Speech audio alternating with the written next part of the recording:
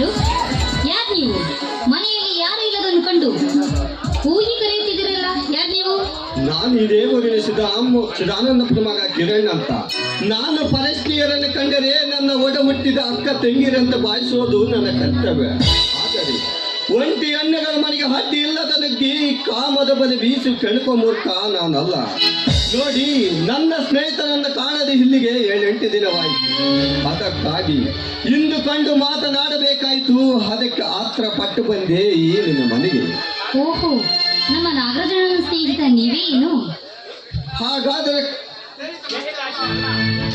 ಸ್ನೇಹಿತ ಅಷ್ಟೇ ಅಲ್ಲ, ನಾನು ನಾಗರಾಜನ ಒಂದೇ ತಟ್ಟೆಯಲ್ಲಿ ಉಂಡು, ಒಂದೇ ಹಾಸಿಗೆಯಲ್ಲಿ ಮಲಗಿ, ಒಂದೇ ಕಾಲೇಜಿನಲ್ಲಿ ವಿದ್ಯಾಭ್ಯಾಸವನ್ನು ಪಡೆದು ಬಂದಿರುವ ನಾವಿಬ್ಬರು ಪ್ರಾಣ ಸ್ನೇಹಿತರು. ಓ ಹಾಗೋ, ಹಾಗಾದರೆ ನಿಮ್ಮ ಬಗ್ಗೆ ತಿಳಿಯಲಾರದೆ ಬಾಯಿಗೆ ಬಂದ ಹಾಗೆ ಮಾತನಾಡಿ, ದಯವಿಟ್ಟು ಕ್ಷಮಿಸಿ. ಕ್ಷಮಿಸಬೇಕಾದ ತಪ್ಪು ಕೆಲಸವನ್ನು ನೀನೇನು ಮಾಡಿಲ್ಲ. ನೋಡಿ, ಒಂಟಿ ಹೆಣ್ಣಿರುವ ಜಾಗಕ್ಕೆ ಕಾಣದ ಬೇರೊಬ್ಬ ಗಂಡಸ ಕಾಲಿಟ್ಟರೆ ಈ ರೀತಿಯಾಗಿ ಮಾತನಾಡುವುದು ಹೆಣ್ಣಿನ ಕರ್ತವ್ಯ. ಅಂದ ಮೇಲೆ ನಿನ್ನ ಹೆಸರು? ನನ್ನ ಹೆಸರು ಗೀತಾ ಅಂತ.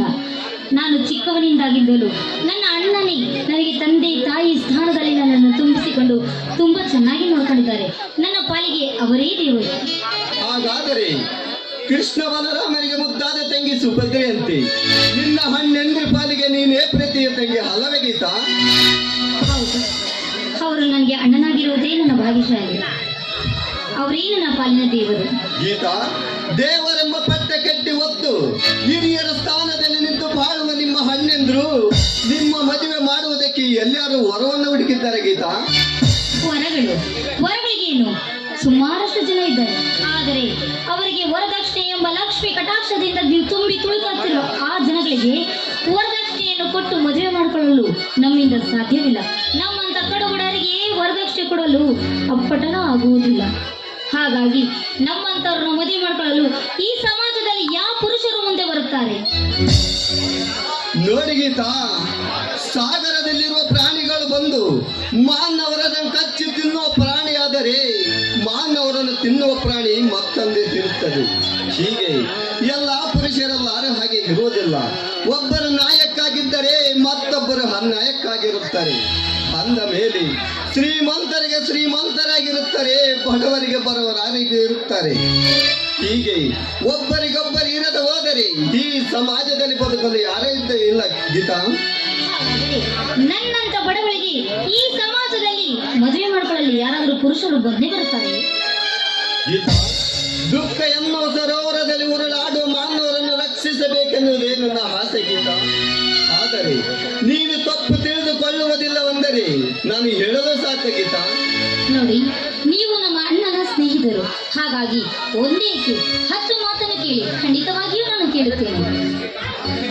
ಗೀತಾ, ನುಡಿಯದ ಸತ್ಯ ಅನಿಸಿಯಂತೆ, ಧರ್ಮದ ಸತಿ ಸಾವಿತ್ರಿಯಂತೆ, ಪ್ರತಿಯೊಂದು ಧರ್ಮದಲ್ಲಿರುವ ದ್ರೌಪದಿಯು ನೀನಾಡುವ ಮಾತುಗಳನ್ನು ಕೇಳಿದರೆ ನಿನ್ನಂತ ಸುಂದರವಾದ ಸೌಂದರ್ಯವುಳ್ಳ ನಿನ್ನನ್ನು ನನ್ನ ಬಾಳ ಸಂಗಾತಿಯನ್ನಾಗಿ ಮಾಡಿಕೊಳ್ಳಬೇಕೆನ್ನುವುದೇ ನನ್ನ ಆಸೆ ಗೀತಾ.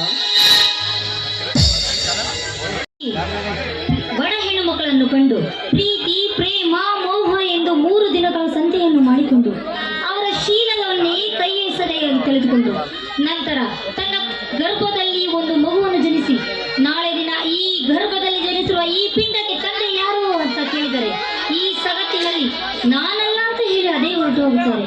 ಹಾಗಾಗಿ ಈ ಸಮಾಜದ ಗಂಡಸರು ಈ ರೀತಿ ನಮ್ಮಂತ ಬಡವ ಹೆಣ್ಣು ಮಕ್ಕಳನ್ನು ಒಪ್ಪಿಕೊಳ್ಳಲು ಸಾಧ್ಯವಿಲ್ಲ.